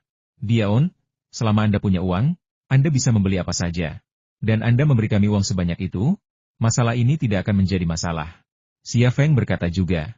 Apalagi, Xia Feng ragu sejenak sebelum akhirnya berbicara. Bisakah Anda membelikan saya beberapa batang energi untuk atlet? Untuk apa kamu menginginkan itu? Tentu saja aku memakannya. Aku suka memakannya, kata Xia Feng. Ia membeli energi bar bukan karena ia menyukai makanan tertentu, melainkan untuk menggantikan makanan biasa. Makanan biasa memang membuat tubuhnya terasa tidak nyaman, tetapi energi bar jauh lebih baik. Energi bar mengandung semua energi yang dibutuhkan tubuh, dan terkonsentrasi. Menggunakan energi bar untuk memenuhi kebutuhan tubuhnya lebih baik daripada kanibalisme. Said merasa selera Xia Feng agak aneh, tetapi ia setuju tanpa ragu. Oke, tidak masalah. Aku akan segera membawa orang-orangku ke Yaon. Silakan. Ingat apa yang kukatakan? Xia Feng mengingatkan mereka lagi. Kalian sekarang pebisnis. Jangan bicara sembarangan dengan orang asing, dan jangan menjawab pertanyaan mereka. Setelah mendapatkan mobil, usahakan untuk mengambil rute tanpa pengawasan. Ingat, tunggu kabar baik kami, Tuan Song. Selamat tinggal. Said meniup peluit, dan beberapa pemuda kulit hitam keluar dari berbagai penjuru. Kemudian, Said memimpin para pemuda kulit hitam itu menuju Yaon. Adegan ini membuat Xia Feng tercengang. Mereka benar-benar berjalan kaki ke Yaon. Bisakah mereka menyetir? Tidak seorang pun menjawab pertanyaannya. Shen Tianyin akhirnya keluar, wajahnya penuh kekhawatiran. Mereka sangat antusias, tapi aku tidak mengerti apa yang mereka bicarakan. Xia Feng menggenggam tangannya dan berkata, ayo kita kembali dan menunggu Said dan yang lainnya kembali. Kita akan berangkat ke Nigeria besok pagi. Shen Tianyin menghela napas, aku sungguh ingin tinggal di sini sebentar. Kalau aku tak perlu khawatir tentang grup Wanxiang MU, dan kau tak perlu khawatir tentang grup Leima MU dan bekerja untuk negara, alangkah indahnya jika kita bisa menjalani kehidupan biasa di desa kecil seperti ini. Bahkan listrik pun tidak ada di sini. Bagaimana kau bisa terbiasa tinggal di sini? Tanya Xia Feng. Tentu saja aku tidak bisa terbiasa tinggal di sini, tetapi selama kamu bersamaku, aku bersedia tinggal di sini, tidak peduli seberapa sulit atau melelahkannya, kata Shen Tianyin. Dia benar-benar telah berubah. Keduanya kembali ke kamar, dan Xia Feng mengeluarkan komputer kertasnya dan mulai menulis Super Xiaoqian. Shen Tianyin berbaring di tempat tidur tanpa melakukan apapun. 1 jam kemudian, ia mengeluarkan botol kaca yang tersembunyi di ujung tempat tidur dan berkata, suamiku, apakah kamu haus? Minumlah air. Xia Feng bahkan tidak menoleh, tetapi hanya menaruh satu tangan di belakang punggungnya. Shen Tianyin meletakkan botol kaca di tangan Xia Feng. Xia Feng hendak menempelkan botol kaca itu ke bibirnya ketika tiba-tiba ia mencium aroma yang familiar namun aneh. Ia mengamatinya dengan saksama dan tertegun. Ia berbalik menatap Shen Tianyin, dengan wajah yang tidak tertawa maupun menangis. Tianyin, kau? Shen Tianyin membuka kerahnya sedikit, memperlihatkan hamparan putih salju yang menjulang tinggi, dan jurang yang dalam di tengahnya. Ia berkata dengan nada malas, panas sekali. Kenapa panas sekali? Aku tidak tahan lagi. Aku harus melepas bajuku. Xia Feng, ini semua salah si kembar. Pada pagi hari berikutnya, konvoi 4 kendaraan off-road berangkat dari desa Hebian dan menuju utara menuju Nigeria. Badai baru sedang terjadi. 35 jam kemudian, Kano, Nigeria. Kano, kota berusia 1000 tahun di Nigeria, memiliki sejarah yang kaya dan banyak situs bersejarah. Kota ini merupakan destinasi wisata yang terkenal, pelabuhan gurun di Afrika Barat, dan pusat perdagangan utama. Meskipun Nigeria dilanda perang, kota ini relatif aman dan berada di bawah kendali pemerintah Nigeria. Namun, demi alasan keamanan, Xia Feng menemukan satu set pakaian wanita muslim untuk Shen Tianyin. Mata Shen Tianyin disembunyikan oleh jubah hitam, jilbab hitam, dan kerudung hitam, mengurangi risiko paparan ke tingkat terendah. Xia Feng juga berganti pakaian muslim pria, jubah putih, peci coklat, dan kacamata hitam besar. Ia tampak seperti orang Arab dari Timur Tengah. 4 kendaraan off-road melaju melewati kota Kano dan akhirnya berhenti di depan sebuah bangunan kuno. Xia Feng keluar dari mobil dan berkata kepada Said, kamu bisa kembali sekarang. Hati-hati di jalan. Hah? Said tidak menyangka begitu mereka tiba di Kano, Xia Feng meminta mereka kembali ke Kamerun. Xia Feng tidak menjelaskan banyak hal. Ia mengeluarkan kopernya dan koper Shen Tianyin dari bagasi, lalu bersiap untuk pergi. Said tidak pergi. Ia berkata, Pak Song, saya pikir kami akan tinggal dan berkhotbah bersama Anda. Tempat ini sangat kacau, dan tidak aman bagi Anda dan pacar Anda untuk berada di sini. Saat itu, seorang wanita berambut pirang membuka pintu sebuah bangunan kuno dan keluar. Ketika Said melihat perempuan itu, ia membuat tanda salib, melangkah maju, menggenggam tangan perempuan pirang itu, dan mencium punggungnya. Ia bersikap begitu hikmat, seolah-olah sedang bertemu paus. Perempuan berambut pirang bermata biru itu tak lain adalah Giovanna, yang telah tiba di Nigeria sebelumnya. Ia adalah pemimpin 4 orang suci dari lembaga penyelamat dan juga Grandmaster dari Ksatria bersenjata. Said hanyalah kepala distrik kecil, seorang pendeta rendahan, tetapi di matanya, Giovanna bagaikan paus. Bagaimana reaksinya jika ia tahu bahwa Song Jiang yang ia rawat selama 2 hari sebenarnya adalah pendiri lembaga penyelamat, Santore? Kembalilah. Kamerun membutuhkanmu dan saudara-saudara yang kau bawa, kata Giovanna tanpa ekspresi. Misimu telah tercapai. Yang terhormat Santo dan Komandan Ksatria, kami akan kembali sekarang. Said berbalik dan masuk ke mobilnya, lalu pergi. Rekan-rekannya mengikutinya. Kata-kata Giovanna lebih efektif daripada Xia Feng, karena dalam pikiran mereka, Xia Feng adalah dewa yang berinkarnasi, seseorang yang tak mungkin mereka temui, sedangkan Giovanna adalah penanggung jawab seluruh organisasi penyelamat. Setelah Said dan anak buahnya pergi, Giovanna datang dan mengambil koper dari Xia Feng, sambil berkata dengan hormat, "Tuan, ikuti saya." Ketika anggota tim zodiak bersama Xia Feng, Giovanna dan yang lainnya akan memanggilnya bos. Ketika mereka tidak ada, Giovanna dan yang lainnya lebih suka memanggilnya Tuan. Karena mereka adalah kesatria Xia Feng, memanggilnya Tuan lebih sesuai dengan tradisi dan keyakinan kesatria yang mereka junjung tinggi. Xia Feng tidak mengatakan apa-apa dan mengikuti Giovanna ke dalam bangunan kuno itu. Shentu Tianyin sedikit bingung mengapa Giovanna memanggil Xia Feng Tuan, tetapi dia tidak bertanya. Bangunan tua ini sebenarnya adalah rumah seorang warga. Pemiliknya tidak ada di sana, tetapi Rosa, Stella, dan Teresa ada di sana. Begitu pula beberapa anggota penting lembaga bantuan. Bangunan ini jelas telah menjadi markas sementara bagi lembaga bantuan di kota Kano. Kami telah menerima senjata dari Pangeran Khalifah, dan pasukan kami berada di luar kota. Memasuki ruang tamu, Giovanna berkata langsung ke intinya, kami memiliki 100 orang. Semuanya veteran dari medan perang dengan pengalaman tempur yang kaya. Rosa berkata, senjata yang dikirim oleh Pangeran Khalifah cukup untuk mempersenjatai 200 orang. Jika perlu, kita bisa terus mempersenjatai saudara-saudari kita di lembaga penyelamat, tetapi itu akan membutuhkan waktu. Xia Feng berkata, 100 veteran sudah lebih dari cukup. Senjata dan perlengkapan tambahan akan disimpan untuk sementara waktu. Ceritakan tentang bisnis pertambangan persahabatan. Apakah kalian sudah mendapatkan informasi baru? Teresa membentangkan sebuah peta di atas meja kopi di ruang tamu. Peta itu adalah peta kota Kano dan sekitarnya. Dilingkari dengan spidol merah, peta tersebut menggambarkan hutan dan gunung. Tulisan Forest of No Return dan Friendship Mining ditulis dalam bahasa Inggris. Teresa menunjuk ke puncak bukit di dalam lingkaran merah dan berkata, ini tujuan kita, Friendship Mining. Kita harus menyeberangi hutan tanpa jalan pulang. Stella berkata, ada legenda tentang hutan ini. Konon hutan ini adalah rumah para peri. Siapapun yang memasukinya akan tersesat dan mati, dan tak mungkin mereka bisa keluar hidup-hidup. Xia Feng sedikit terkejut. Ini tidak mungkin benar, kan? Stella tersenyum dan berkata, tentu saja tidak. Aku memetik sekeranjang jamur di sana kemarin. Xia Feng, jangan konyol, kata Giovanna serius. Tuan, kita harus melewati hutan ini untuk mencapai tambang persahabatan. Namun, ada banyak pria bersenjata dari tanah suci Boka di hutan ini. Mereka telah memutus satu-satunya jalan melalui hutan ini. Xia Feng sudah melihat jalan yang melintasi hutan tanpa pulang di peta. Berdasarkan skala di peta, jalan itu panjangnya 210 km. Perjalanan dengan mobil akan memakan waktu lebih dari 2 jam, tetapi jika berjalan kaki, akan memakan waktu beberapa hari. Lagi pula, membawa banyak senjata dan perlengkapan melewati hutan tidak sama dengan berjalan kaki biasa. Tuan, Anda harus mengambil keputusan, kata Rosa.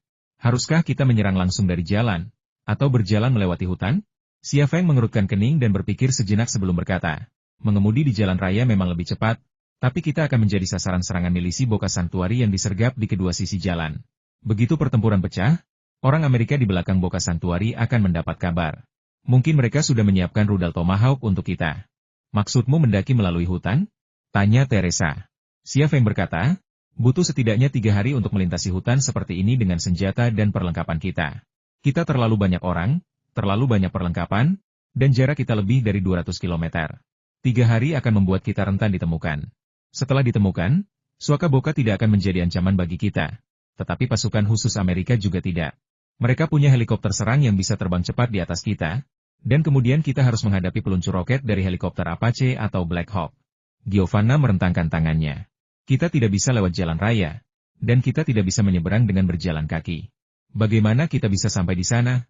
Pada saat itu, Shentu Tianyin tiba-tiba berkata, saya dengar dari ahli geologi kita bahwa grup Vientani awalnya punya rencana membangun jalur kereta api melintasi hutan ini. Ini akan menghemat banyak biaya transportasi. Ayah saya masih mengelola grup Vientani saat itu, dan beliau menyediakan 10 juta yuan untuk proyek tersebut. Namun, karena adanya penolakan dari para aktivis lingkungan, Rencana pembangunan jalur kereta api itu dibatalkan. Pandangan Xia Feng kemudian beralih ke peta, tetapi dia tidak melihat rambu jalur kereta api apapun. Shen Tianyin sepertinya sudah menebak pikiran Xia Feng. Ia berkata, sayang, jalannya sama sekali tidak terlihat di peta karena belum dibangun. Aku samar-samar ingat jalannya seperti terhenti di tengah jalan. Keempat ksatria wanita itu menatap Shen Tianyin dengan tatapan aneh. Dalam beberapa detik ini, mereka tidak tertarik pada rel kereta api, melainkan pada cara Shen Tianyin menyapa mereka suami. Ini adalah wanita keenam yang memanggilnya suami. Keempat ksatria wanita merasakan hal yang sama. Xia Feng tidak menyadari perubahan ekspresi keempat ksatria wanita itu. Ia berkata, Tianyin, apa kau ingat di mana rel kereta api itu? Kalau sudah setengah jalan, setidaknya kita bisa mempersingkat waktu menyeberangi hutan hingga setengahnya. Shen Tianyin berpikir sejenak, tanpa agak tertekan. Sepertinya aku pernah melihat peta rel kereta api itu, tapi aku tidak ingat. Aku belum pernah ke tempat ini sebelumnya. Ini pertama kalinya aku. Giovanna berkata, coba pikirkan, ini sangat penting bagi kami. Shen Tianyin terus berpikir, tetapi jelas tidak membuahkan hasil, dan raut wajahnya semakin menyakitkan. Ia ingin membantu, tetapi ia tidak ingat.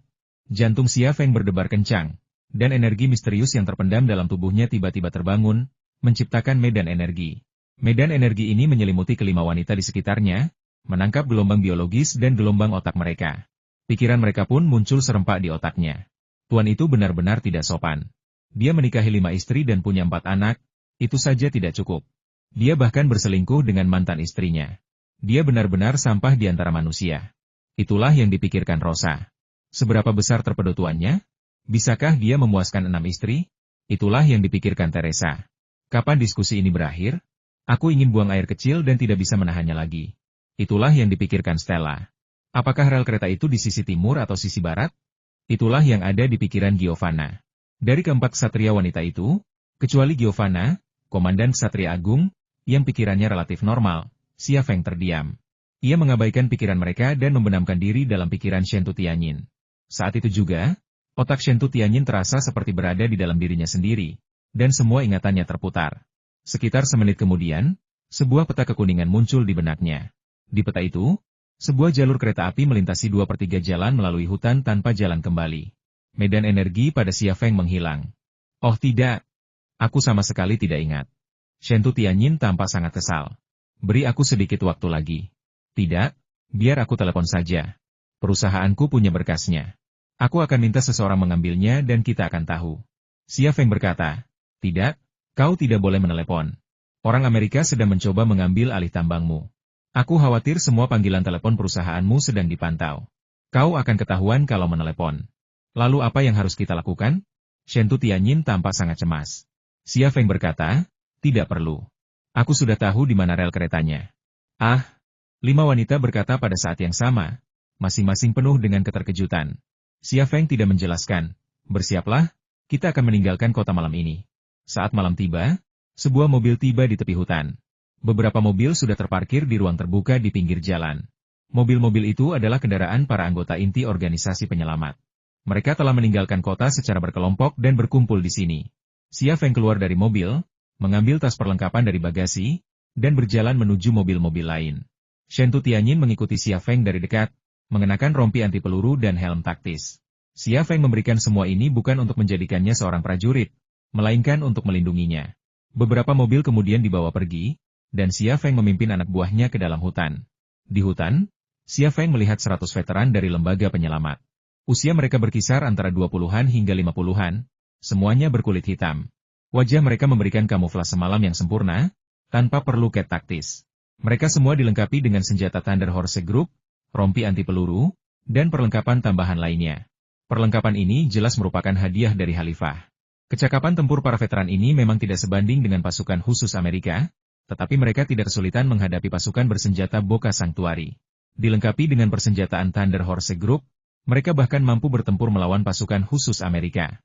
Lagi pula, senapan runduk XL-2500, senapan serbu Swiftwind, dan artileri individu Cerberus dianggap sebagai raja persenjataan infanteri. Ayo berangkat.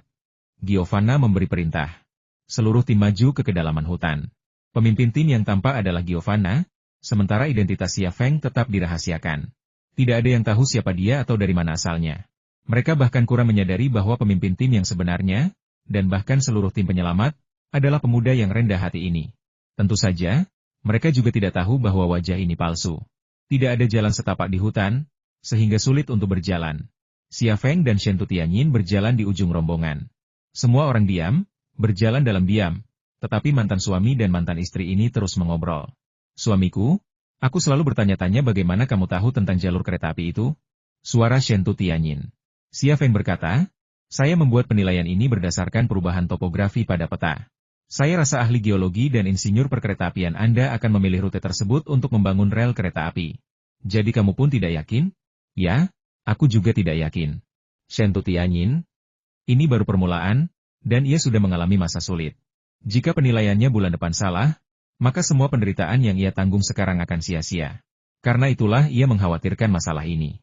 Tentu saja, apa yang dikatakan Xia Feng tidak benar. Tetapi dia tidak bisa memberitahu Shen Tutianyin bahwa aku menangkap otakmu dan menemukan peta dari ingatanmu, atau sesuatu seperti itu. Aduh! Shen Tutianyin tiba-tiba menjerit kesakitan dan terduduk di tanah. Ia memegangi pergelangan kakinya dengan kedua tangan, tampak sangat kesakitan. Xia Feng kemudian berjalan ke sisinya dan bertanya dengan khawatir, ada apa?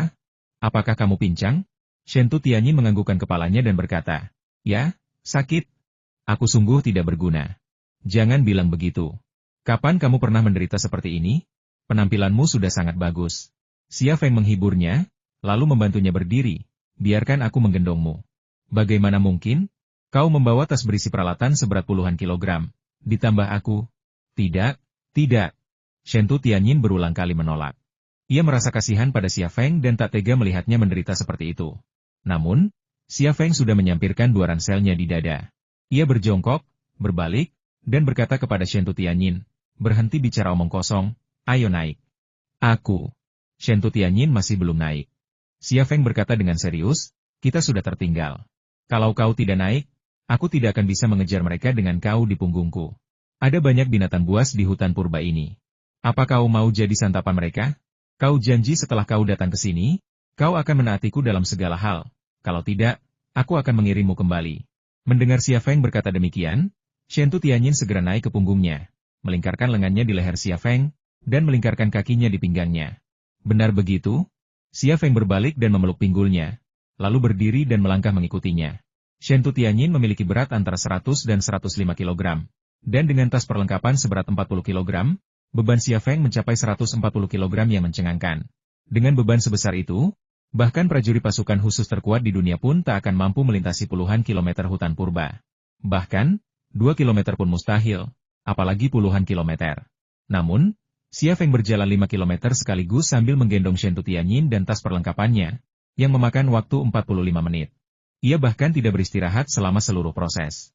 Kemampuannya mencapai tingkat kekuatan ini tak lepas dari intensifikasi energi misterius yang mengintai di dalam dirinya. Energi misterius ini ibarat bahan bakar di dalam mobil, yang senantiasa memasok energi bagi tubuhnya. Dan mobil, ketika beroperasi normal, tak perlu istirahat. Alasan lainnya adalah setelah tubuhnya berevolusi sepenuhnya, ia hampir tidak merasa lelah. Baik daya ledak maupun daya tahannya jauh lebih unggul daripada sebelumnya. Lebih penting lagi, energi misterius itu telah membangkitkan vitalitas di dalam sel-selnya, memungkinkannya untuk terus-menerus berada dalam kondisi potensi ledakan. Energinya melonjak hingga ekstrim. Jadi, dengan kondisinya saat ini, ia bahkan bisa membawa Shen Tutianyin melintasi Nigeria, atau bahkan pergi ke Turki untuk menonton film. Suamiku, apakah kamu lelah? Istirahatlah. Shen Tutianyin telah mengucapkan kata-kata serupa setidaknya 20 kali dalam 45 menit terakhir. Sudah kubilang, aku baik-baik saja, tetaplah di sini. Xia Feng telah mengatakan hal seperti ini setidaknya 10 kali dalam 45 menit terakhir. Tapi kau sudah menggendongku sejauh ini, kau pasti sangat lelah. Turunkan aku dan istirahatlah sebentar. Aku merasa jauh lebih baik sekarang, dan kurasa aku seharusnya sudah bisa berjalan. Shen Tutianyin masih merasa kasihan pada Xia Feng. Xia Feng tiba-tiba mengencangkan tangannya yang memegang pinggul Shen Tutianyin, dan sedikitnya 8 dari 10 jarinya meremas celah bola putih besarnya. Ah! Seru Shen Tutianyin, wajahnya memerah. Xia Feng telah menyentuh titik tersensitifnya, dan ia tak bisa menghentikannya. Tapi itu bukan alasan utama mengapa ia tersipu. Alasan utamanya adalah ia terus berbaring telentang di samping Xia Feng, kontak fisik mereka, dan gangguan terus-menerus pada bagian sensitifnya. Tak terelakkan bahwa ada bagian tubuhnya yang bereaksi dengan cara yang tak terkatakan. Seiring waktu, reaksi itu semakin intens, sampai-sampai bagian tertentu tubuhnya menjadi lembab, dan jari-jari Xia Feng Xia Feng juga merasa malu dan buru-buru melepaskan tangannya. Tetapi dia merasa seolah-olah jarinya telah menjepit spons basah. Itu. Han, kata Shen Tu Tianyin. Ya, memang panas. Xia Feng menyetujuinya, berpura-pura tidak melihat apapun. Shen Tu Tianyin mencondongkan tubuh ke dekat telinga Xia Feng dan berkata sambil menarik napas dalam-dalam. Lebih baik kau turunkan aku, atau aku akan menggigitmu. Xia Feng tersenyum kecut, dan kali ini ia menurunkannya. Shen Tu Tianyin mencoba berjalan beberapa langkah, dan ia pun tersadar. Xia Feng terus berjalan bersama Shen Tu Tianyin, masih di belakang rombongan.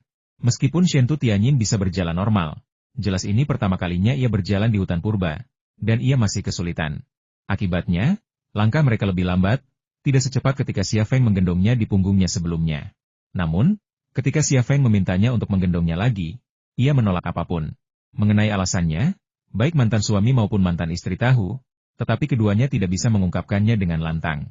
3 jam kemudian, tim beristirahat di sebuah lahan terbuka di hutan. Xia Feng membuka peta, melihatnya, dan setelah membandingkannya dengan peta di benaknya, ia berkata, kita akan melihat rel kereta api dalam 25 km. Begitu sampai, kita harus menambah kecepatan dan mencapai tujuan sebelum fajar. Akan menyenangkan jika ada kereta api, kata Stella. Kamu bermimpi, bagaimana mungkin ada kereta api? Kata Rosa sambil tersenyum. Percakapan antara kedua wanita itu membawa sedikit keceriaan pada suasana. Shen Tu Tianyin tak bisa tenang. Ia melepas sepatu kets New Balance-nya dan menggosok-gosok kakinya. Kakinya terasa sakit dan nyeri, dan melepuh. Xia Feng merasa kasihan padanya dan ingin membantunya menggosok dan mengatasinya. Tetapi ia tidak bisa melakukannya di depan begitu banyak orang. Lagi pula, orang-orang ini datang untuk berkelahi, dan itu masalah yang sangat serius. Jika ia dan Shen Tu Tianyin sampai bermesraan dan membuat masalah, itu akan memengaruhi moral para veteran ini. Bagaimana dengan di sana? Giovanna bertanya pada Xia Feng. Sisi itu jelas merujuk pada tim zodiak. Xia Feng berkata, kurasa mereka hampir sampai. Bunyi bip, bunyi bip, bunyi bip. Begitu dia selesai berbicara, telepon satelit Xia Feng berdering. Panggilan itu dari Qian Jun. Xia Feng melihatnya dan menjawab telepon, ini aku, silakan. Bos, kita sudah sampai di pinggiran Friendship Mining. Kita sekitar 50 km dari Friendship Mining, dan tidak ada sinyal di depan. Kita menemukan pasukan khusus Amerika yang sedang berpatroli, mereka dari Delta Force. Mungkin ada juga Navy SEAL. Pasukan Amerika benar-benar serius kali ini. Suara Qian Jun. Apakah Anda punya informasi tentang Friendship Mining? Tidak, kita tidak bisa mendekat lagi untuk saat ini. Suara Qian Jun terdengar, aku memanggilmu untuk memberitahu bahwa entah kenapa, sejumlah besar personel bersenjata dari Tanah Suci Boka sedang berkumpul di tambang persahabatan. Kedua sisi jalan di hutan itu dipenuhi personel Tanah Suci Boka. Selain itu, Tanah Suci Boka telah mengirim banyak orang untuk berpatroli di hutan. Jika kau ingin melewati hutan, mereka mungkin akan merepotkanmu. Xia Feng berkata, saya mengerti. Tunggu kami di titik pertemuan. Kami akan tiba besok pagi. Baiklah, kami akan menunggumu di titik pertemuan. Qian Jun menutup telepon. Xia Feng melihat arlojinya dan berkata kepada Giovanna, beristirahatlah selama 10 menit lagi, lalu kita akan berangkat. Giovanna kemudian menyampaikan instruksi Xia Feng. Di mata para veteran tim penyelamat, perintah ini dikeluarkan oleh Giovanna, bukan Xia Feng. Suamiku, makanlah sedikit. Shen Tu Tianyin memegang sekantong dendeng sapi di tangannya dan meminta Xia Feng untuk mengambilnya. Xia Feng berjalan mendekat, tetapi alih-alih mengambil dendeng sapi pemberian Shen Tu Tianyin, ia malah mengeluarkan sebatang energi bar dari sakunya. Kamu punya dendeng sapi? Aku mau yang ini. Kamu sudah makan ini selama 2 hari terakhir. Bagaimana mungkin itu tidak masalah? Tanya Shen Tu Tianyin khawatir. Xia Feng mengunyah energi bar. Jangan khawatirkan aku. Makanlah cepat. Kita hanya punya 10 menit untuk istirahat. Oh, dan aku akan menggendongmu nanti. Kakimu sangat lelah, dan kau masih harus berjalan lebih dari 20 km. Kau tidak akan bisa menghabiskannya. Shen Tu Tianyin menggigit bibirnya pelan, lalu mengangguk. Rasa lembab dan canggung tak terelakkan, jadi ya sudahlah, toh itu semua miliknya.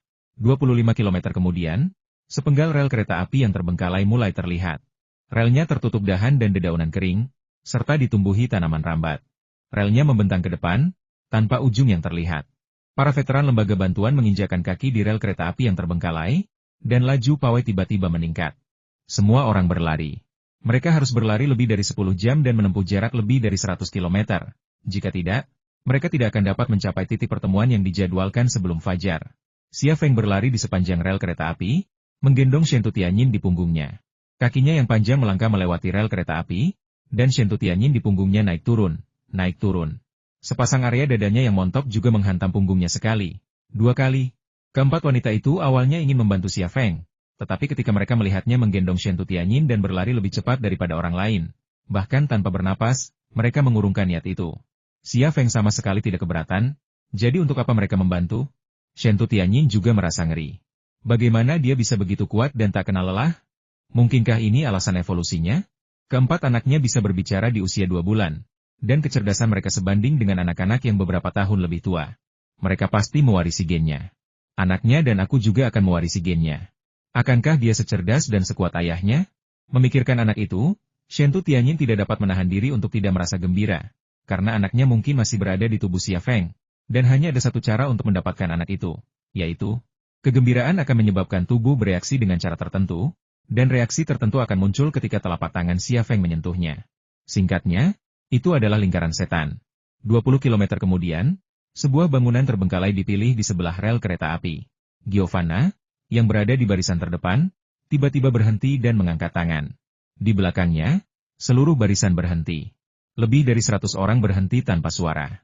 Beberapa berbaring di bantalan rel kereta api, sementara yang lain bersembunyi di hutan di kedua sisi rel.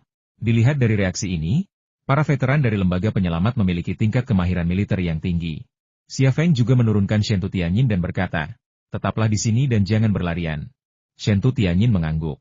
Xia Feng merayap melintasi rel kereta api ke sisi Giovanna.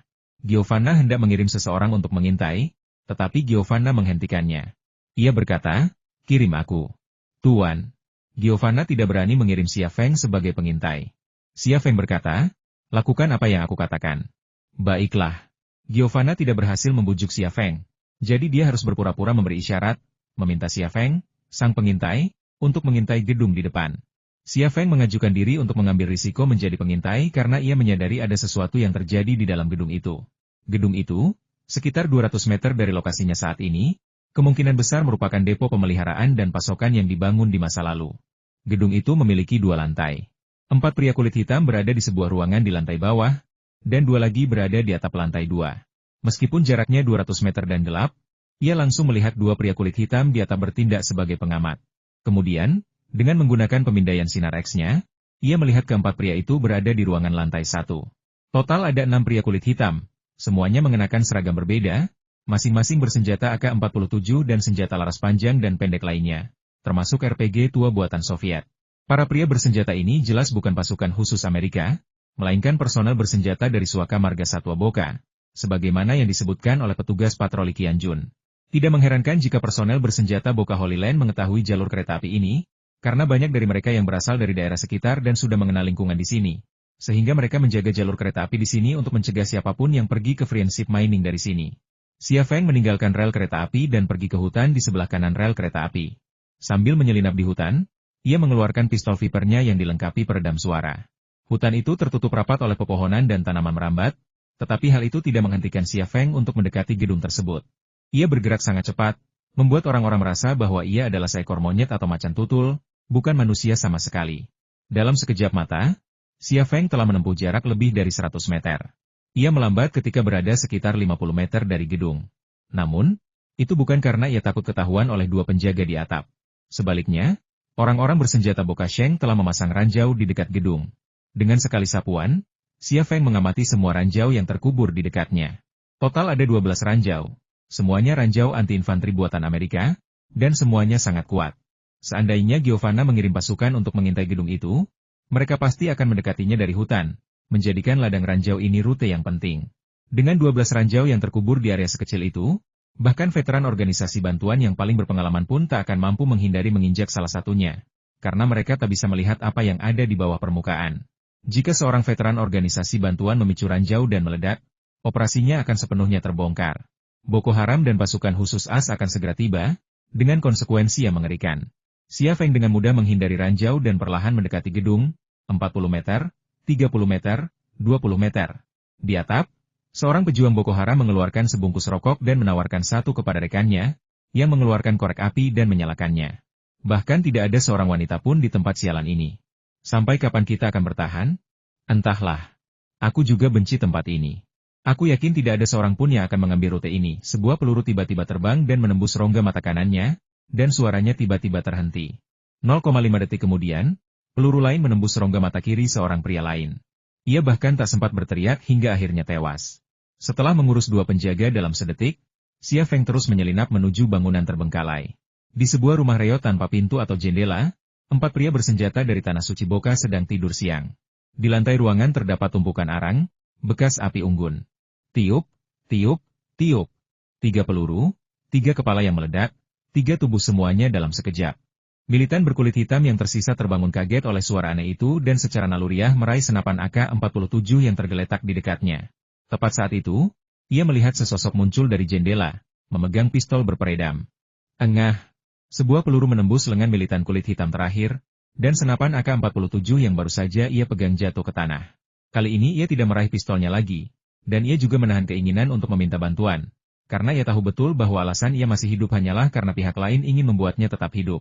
Xia Feng melompat masuk melalui jendela dan mengarahkan pistol ke kepala pria bersenjata terakhir, tetapi dia tidak mengajukan pertanyaan apapun.